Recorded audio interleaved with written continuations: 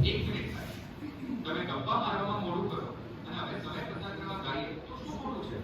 એક શિક્ષક સાથે વાત કરવાની આ કઈ રીત છે?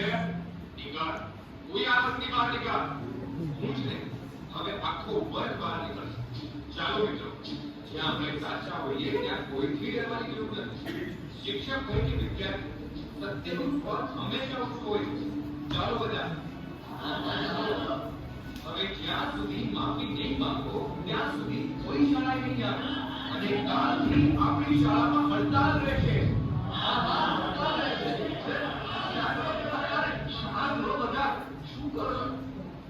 શું છે આ બધું? શું થઈ રહ્યું છે? સાહેબ, આ છોકરો મારી સાથે ગમે તેમ વર્તન કરે છે અને બીજા છોકરાઓને ભડકાવે પણ છે. શું તમારા સાહેબ સાચું કહે છે? માફી માંગો એમની. ના કરે. માસ્ટર સાહેબનો છે. એ ગપ્પા મારવાના બહાને વર્ગમાં મોડા આવે અને અમે કંઈક કરીએ એટલે ગુસ્સો કરે.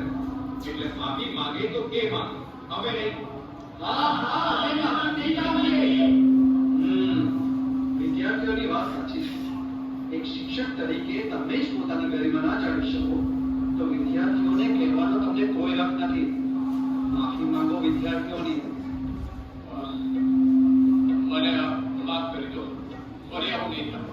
બસ સાહેબ, વાત કરી ચૂકવવાની નથી. વાત હતી ભૂલ સ્વીકારવાની. અને સામેવાળાની ભૂલ હોય તો એને સાચું ભાન તો કરાવવું જ પડે.